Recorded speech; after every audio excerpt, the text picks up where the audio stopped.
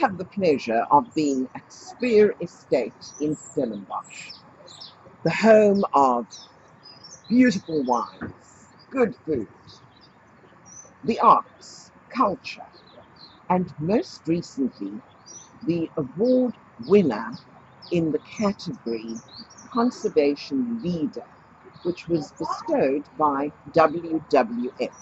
Now, we're still debating whether it's World Wild Fund or World Wildlife Fund, but the WWF embraces far more than wildlife. And for this reason, WWF is looking at the entire operation of the farms. And it's tourism that we're interested in here, because it's food and wine tourism that is giving the awards. It's a new award that's being bestowed on you. Tell me, I have Heidi Newton-King, who is HR and Sustainability Director, and Orlando Filander, who is the farm manager and doing so many fantastic things as far as sustainability is concerned. They're going to discuss with us what Spier is doing differently. So I need to ask the question, what was the basis for entering this competition? I think it's really important that it's not about entering an award for an award purpose. What we've learned over the more than 20 years that we've been operating is that every time we take part, either in a collaborative learning space or through an award process, we ourselves are learning and updating on what we've done and is it actually making a difference? Can we see progress? So I think that's quite important for us, is this opportunity to have external parties look at what you're doing and say, well, does that actually encompass who you say you are? And just impact not only the environment, but also the people who are part of the environment. So what was the basic criteria for entry?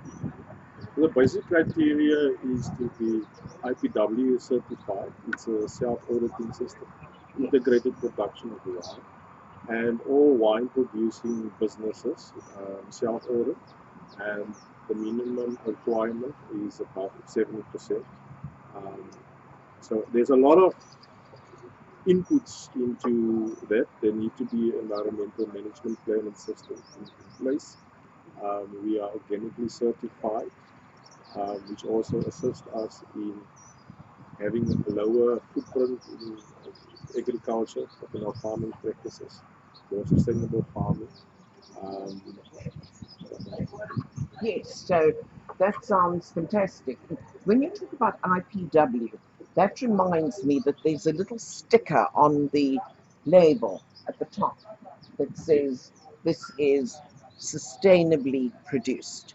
So all entrants had to, in fact, be IPW compliant. What did Spier do to go above just the basics, Heidi? So I think also what's important potentially around the IPW accreditation is that consumers do want to know that there's auditing, which is different to awards. Yes, that there's auditing of practices, and so that's an important part of our process, is making sure, and believe me, we go through a number of audits a year. Again, that opportunity to be audited in this space, which is great learning. But what potentially we did to go over and above that, I mean, it's difficult to know because we don't know who we were compared against.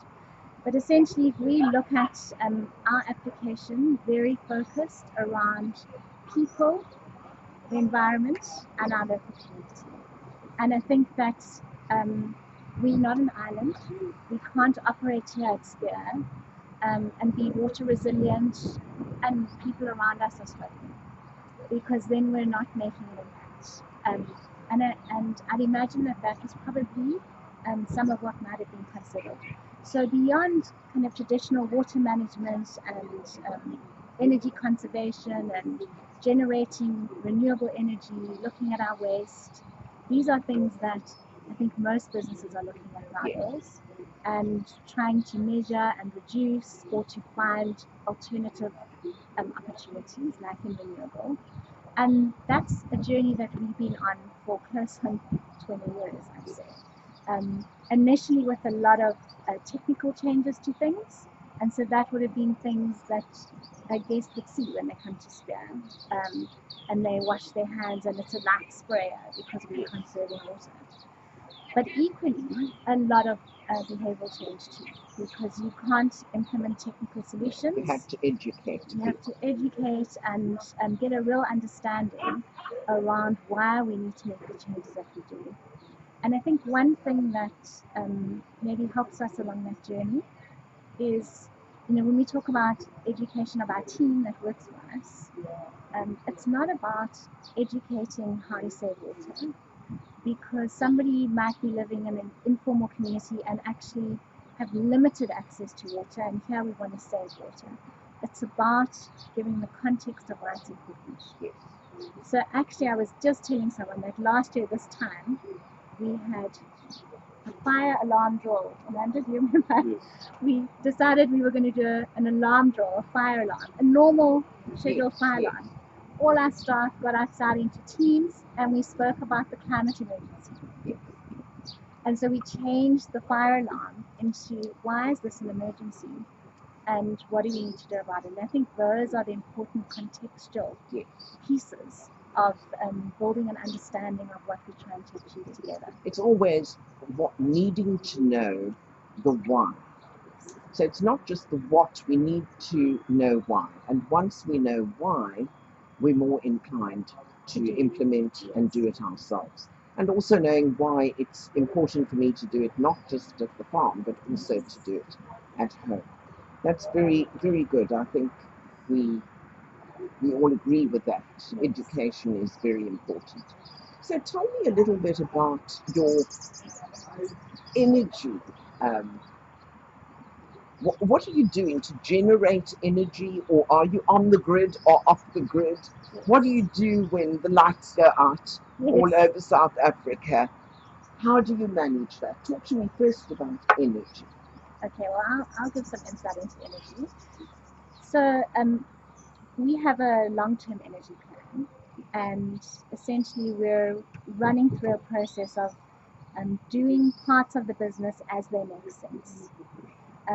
Converting to renewable energy, although the costs have come down significantly, is still a very big endeavor. Yes. And when you've made other capital investments elsewhere, like on generators and things, you have to make sure that everything fits and works together. So we do have generators at the hotel, so that if something happens, go out. Yes. The same at the conference center. There, things continue on as they always have. And guests would see when they walk around Spier that there are solar panels on the conference center and the hotel and wine tasting. But we've been quite thoughtful about what are our daytime energy usage spots.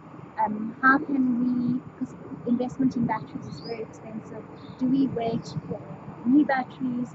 And our strategy was then, let's do smaller parts at a time, so that as new technologies come, and they change all the time, we can implement and experiment. And I think Spier has been amazing at learning and adapting, and sometimes learning and failing big time. But that's part of the journey. But that's very good. You learn from that as well. Yes. So we have a long-term energy plan, and we would ideally like to be off the grid as much as possible. And we're working towards that. We actually recently shifted our goals around that from 2030 to 2025. Wow. So you've cut 5 years off the plan. Very good. We've cut 5 years off the plan, because if we don't, the impact is just too big, and I think everybody has to be thinking in that way. Yes. Initially, with the climate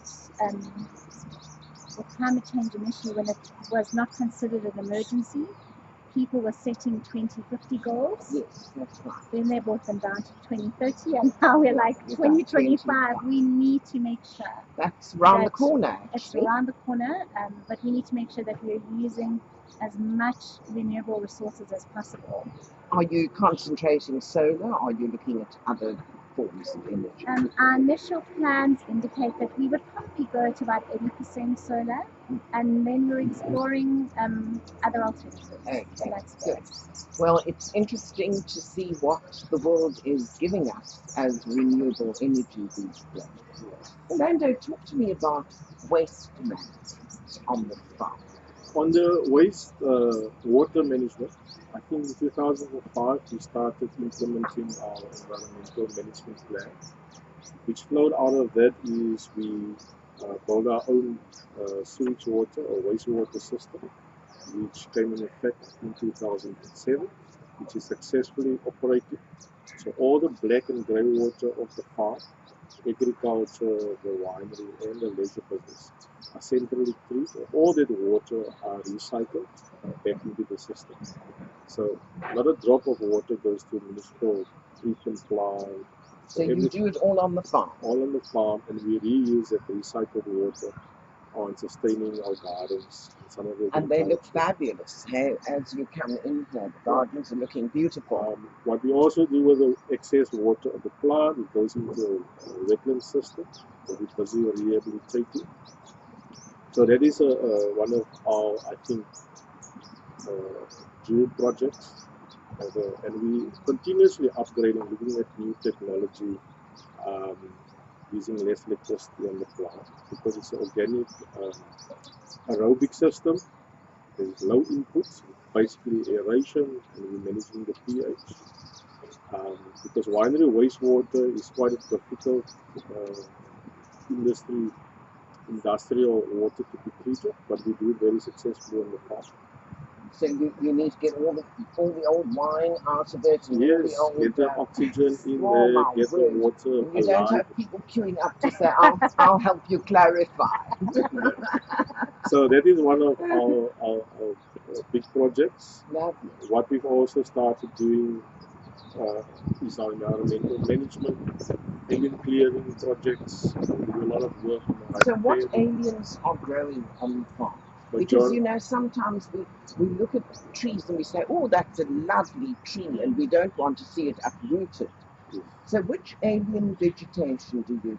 So the alien invasive plants are mostly your wattles, or Jackson. Which is good for bribery. Yeah, very ashy. Very ashy. So yeah, so there's a lot of these plants, but also there's water plants that's invasive to our water areas. So yeah, so that project is now ongoing. You never stop. It's clearing of new areas, it's follow up maintenance of the areas. So it's an ongoing project. It never really comes to an end, because seeds can be dropped and you get another alien growing, etc. So you keep doing it. Are these your own people who come in and clear? We use a combination of our own staff, but also contractors, small business guys that we assist. So you're also providing employment and job opportunities for others in the community. We successfully introduced biological control also of these alien invasive species. And in 2012, we started our own indigenous nursery, where we decided that it's one thing to clean the area of the invasives, but how do we put in the indigenous stuff? So we started in 2012. Our first project was on the Easter field, doing rehabilitation work on the embankments. We've now spread into the wetland area, so that is also a very successful project. So tell me, the Easter River runs at the back of the farm. Is that public property? Are people allowed to go and have a look at it and see what you've done there? Are they, or is it part of your private? No, they're welcome to it. They can have a look. I mean, people love walking along the riverbanks, and there's a beautiful protea walk that's been developed, and other panther walk. So in fact, it's becoming much more visited as people venture over the bridge and go, oh, there's somewhere. It's part of the Spier experience. Oh, lovely. And we would like to show people that there is still intact areas, or areas that we rehabilitated versus the areas where there's still aliens.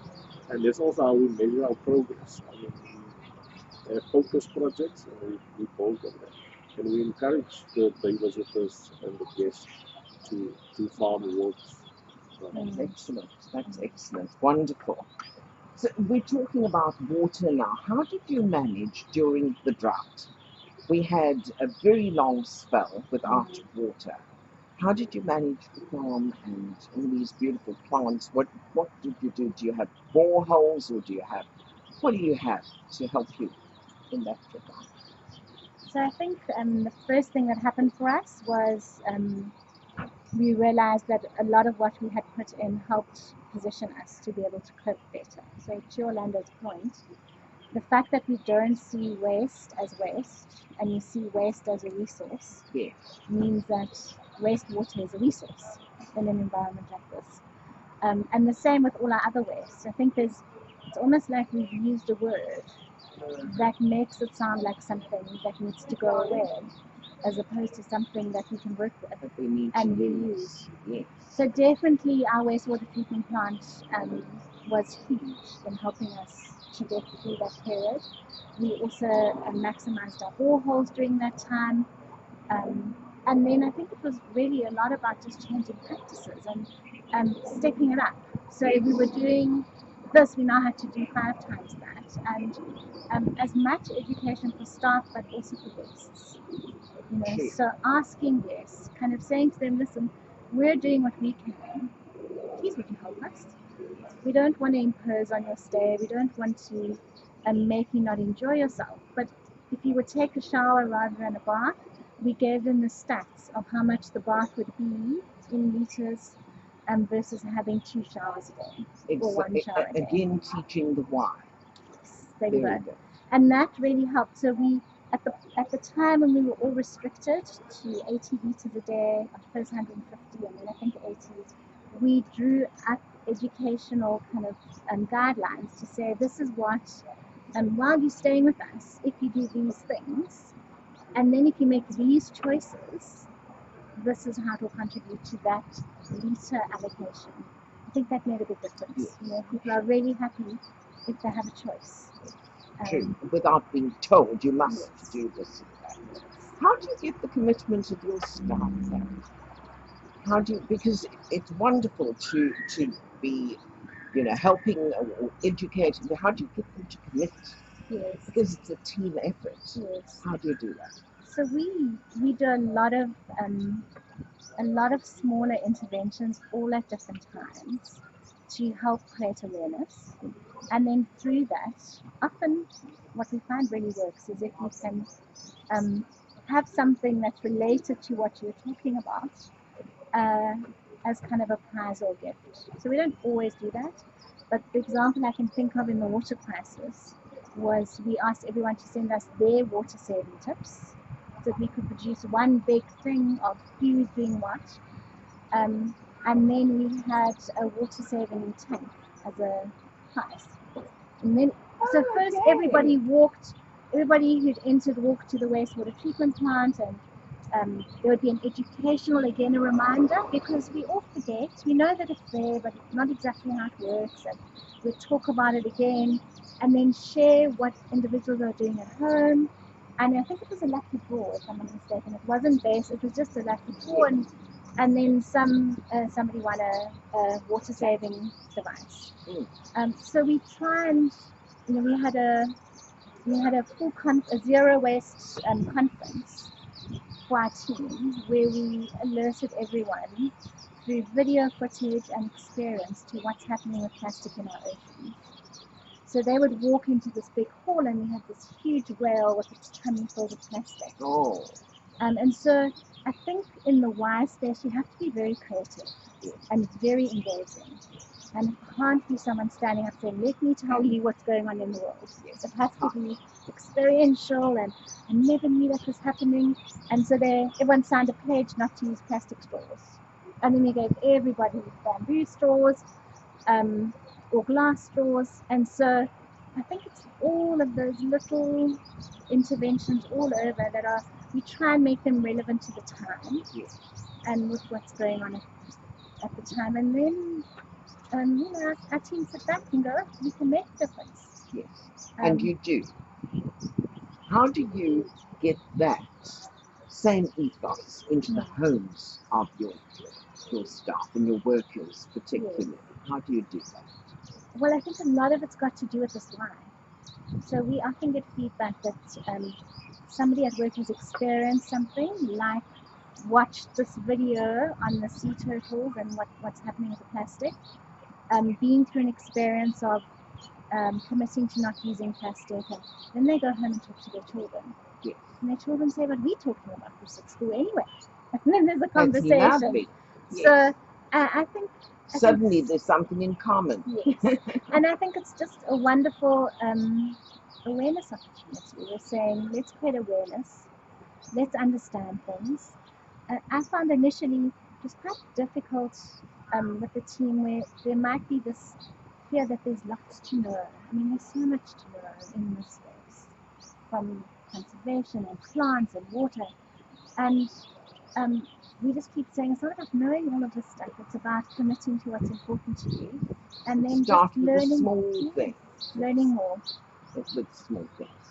So, in your communities, because sustainability and doing things the right way has to do with people, what initiatives are you doing and developing or initiating in your communities? The one initiative that really stands out, just from this conversation that we're having now, is because we take the view that waste is resource, and we were lucky enough to partner about 10 years ago in a program where we have, it's called Treepreneurs. So essentially what happens is we have a small team here at Spier. They have a nursery, so a separate nursery to the indigenous nursery, which currently has, I think, about 30,000 trees in it. And Leslie and her team go out into the local community. She has nodes of tree growers. And essentially she's looking for individuals who can't get into the formal economy. They're jobless, and their potential to get into the economy is quite limited. And especially now, after the COVID problem too. So she educates and teaches them how to grow trees. She provides them with seedlings. All the containers they grow in are recycled. So everything that they get is a yogurt tub so our team here know that every time they recycle a container, they're contributing to the livelihood support of somebody in the local community. And depending on how many trees they grow, when they get to about 15 centimeters, she barters them back. So there's no cash. They generally set a target with her, and they say, I'd like to buy a mattress, a TV, food vouchers, whatever it might be. Wow. And she barters back, and then we take those trees. She nurtures them in her nursery until they're a lot steadier and bigger. Able to be planted out. And then we plant them out into community projects. Wow. So we don't plant those trees at Spier. We actually have so like a greening some particular area. Like a school, or we helped the municipality at one point when they needed trees. But since that program has started, she has grown through local community more than 1 million trees. Wow. It's amazing. That is a program entirely on its own. Amazing. That's fantastic. I've got to do that for Earth Day. So what's lovely about that is that it's wonderful. A local community member who's just feeling like they have no hope. They don't know how and where they're going to make a difference. I don't know but I feel like when I've got my fingers in the soil planting something, or you watch something grow, it gives you hope. Absolutely. And we all need hope. We all need hope. And wonderful to know that there are opportunities, that you're providing opportunities for people who are jobless and possibly also without hope right now, if you are giving them that opportunity. I also understand that you had a project now during the COVID lockdown that helped your community to feed themselves. Yes. Let's round up with that and see how, because there's so much to talk about. You've done so many things. that it would be wonderful to touch on every one of them, but I think let's round it off with what Sure. happened now during the lockdown. Yes. So I think what we're very fortunate about is that we have very strong partnerships, and that's a big part of our ethos. Is nobody can tackle any of this alone. We have to be doing this with people who have equal determination to make a difference. And when we knew we were going into lockdown, we got together as a valley with the Sustainability Institute and said, well, what can we do to help with food relief during this period, because it's going to be a tough time for all. And together with Woolworths, who run a project with us called Living Soils, we brought together their product. We upped our capacity on site for food production. I mean, it was amazing to see kind of from one week to the next. We had a full extra food production team come in. They were young local community members who didn't have work. So we actually employed 11 people before lockdown, when everybody else was letting people go. We brought in young people from the local community, and they are our food champions now, and they're growing food aggressively. The Living Soils project is growing vegetables for us.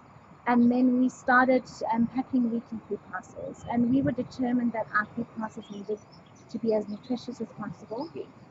So you do need some dry goods, but we filled with vegetables. We had Farmer Angus's eggs.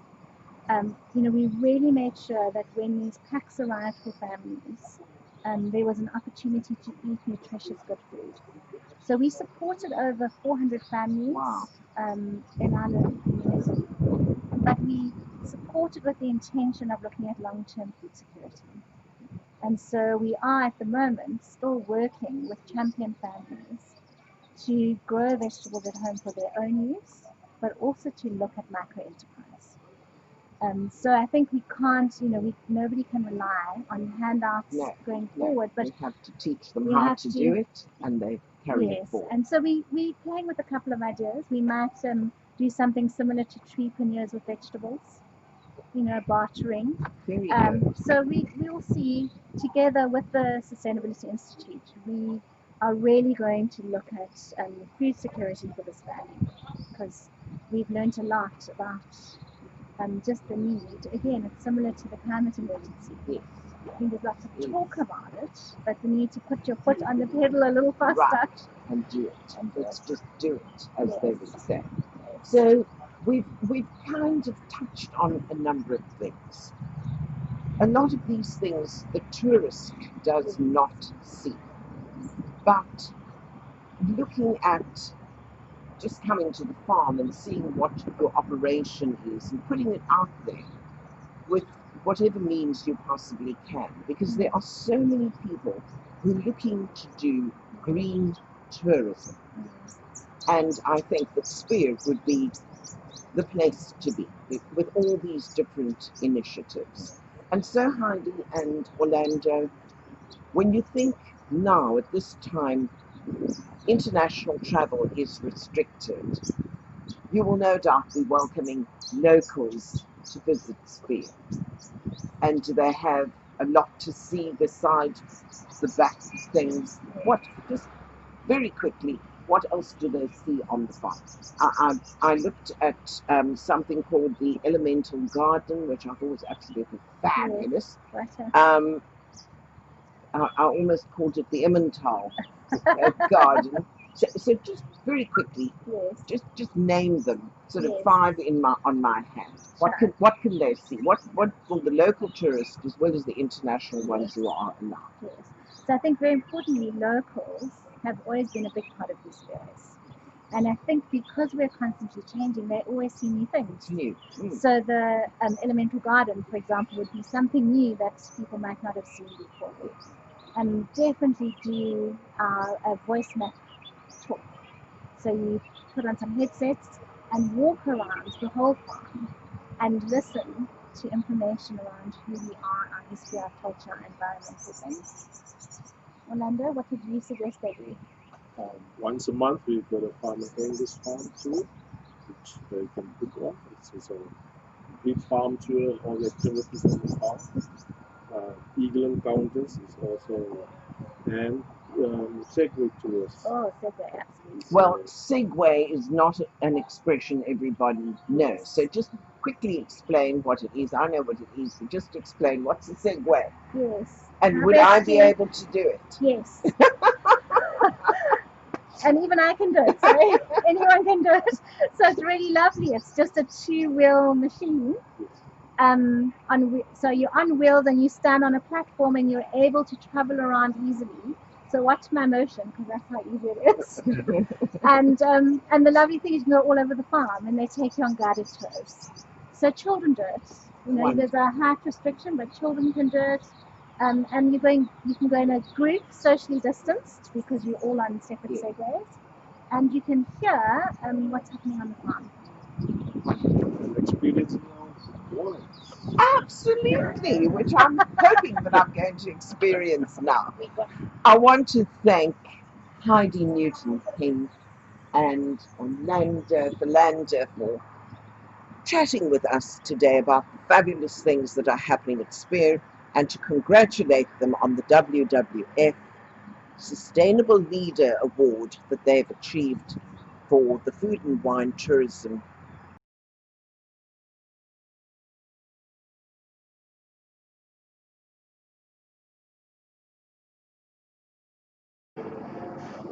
We've moved from the garden to come into the tasting room here at Spier. I'm being educated by the senior wine educator here at Spier, who is called Tyson Meyi. Tyson, tell us a little bit about yourself. How did you get into the wine industry? From the Eastern Cape, I came to the Cape town. I was just looking for the job, and then I stumbled across Spier. I didn't know anything about wine, but my first job was basically just to pack the shelves with wines. But I got interest to know more about wines. That's when Spier started to send me to different courses. So I became wine educator. Wonderful. So you took it upon yourself. But I want to talk to you now about organic wines. Because the farm has received the award from the World Wild Fund, South Africa, or what was formerly called the World Wildlife Fund, South Africa, as the sustainable leader in the wine tourism awards. You also have, with all the other wines that you have, you also have organic. Yes. So explain to me what it means to be organic. What Spier has done, we do, as I said earlier, we do have vineyards from different parts of the Western Cape. The part of the Spier, which is the estate vineyards, we converted all of them to organic. So that means the ones that are within the estate are completely organic.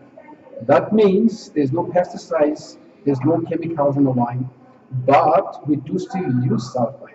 But it has to be a certified inorganic board. So there's a type of sulfite we use. Because not using a sulfite is quite riskier. Because sulfite is basically protecting your wine while going through. Yeah, because if you don't have sulfite in a wine, the wine would not last as long, it doesn't have the longevity that would normally be. Also, with organic, I do understand that you don't have to add sulfites to the wine, because sulfites are naturally occurring in wine.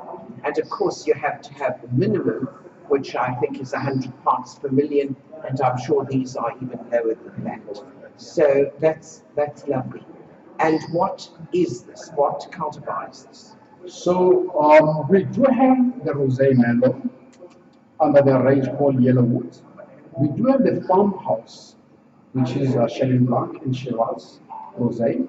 And the one that you're going to taste now is called the First Stone, which is going to be Cabernet Sauvignon and Merlot.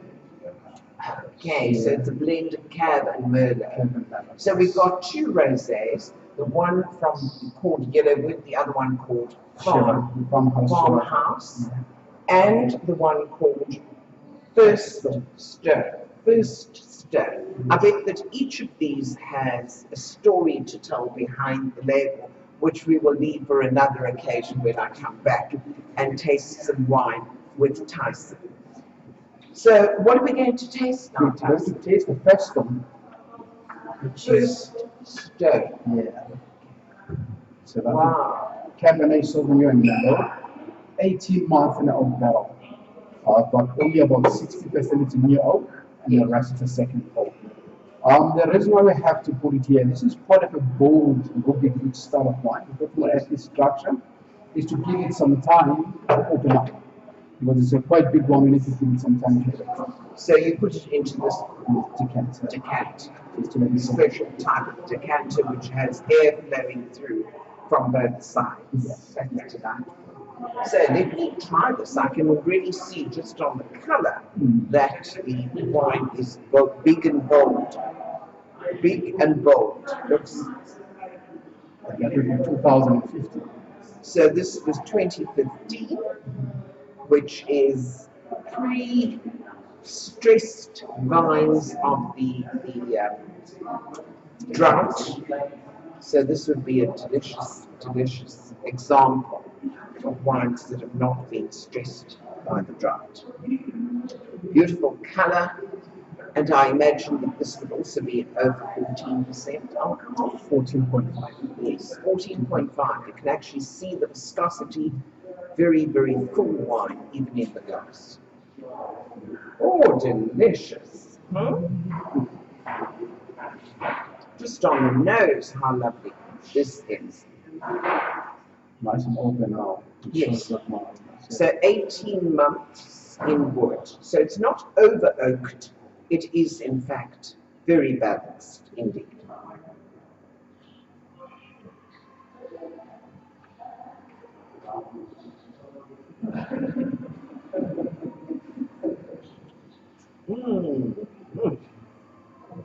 Small lekker, soos hulle sal sê. Beautiful wine. Very rounded, very balanced. 2015 vintage. It's now 2020, so it's really 5 years old and has enough in it to last at least another 6-7 years or longer. So certainly a wine that one would use or invest in to even keep for a number of years. And a delicious accompaniment, I'm pretty sure, to your lovely steaks, red meat, oxtail dishes. I would certainly have it with that. But not one that I would drink entirely on my own. I do think that a wine like this has to be shared with good friends. Don't you agree? I agree with that. So organic it is, and Tyson, once again, just tell us, organic refers to the fact that there are no pesticides. Yeah. So basically, when it comes to organic, you take what the nature gives you. You don't control what the nature should give you. So that way, what you feel here is more like your healthy grape varietals, also the healthy wine, because there's nothing that we stress the vineyards in the vineyards. So basically, what you get here is actually our premium in our organic wines. Right, so there are no added chemicals, there are no pesticides, herbicides used in the vineyard, but then also the wine is left to develop and ferment naturally with minimum interference from the winemaker. I'd like to say cheers, thank you very much to Tyson for showing me some of Spier's really beautiful products. I look forward to our tasting next time, Tyson. Thank you very much. Thank you.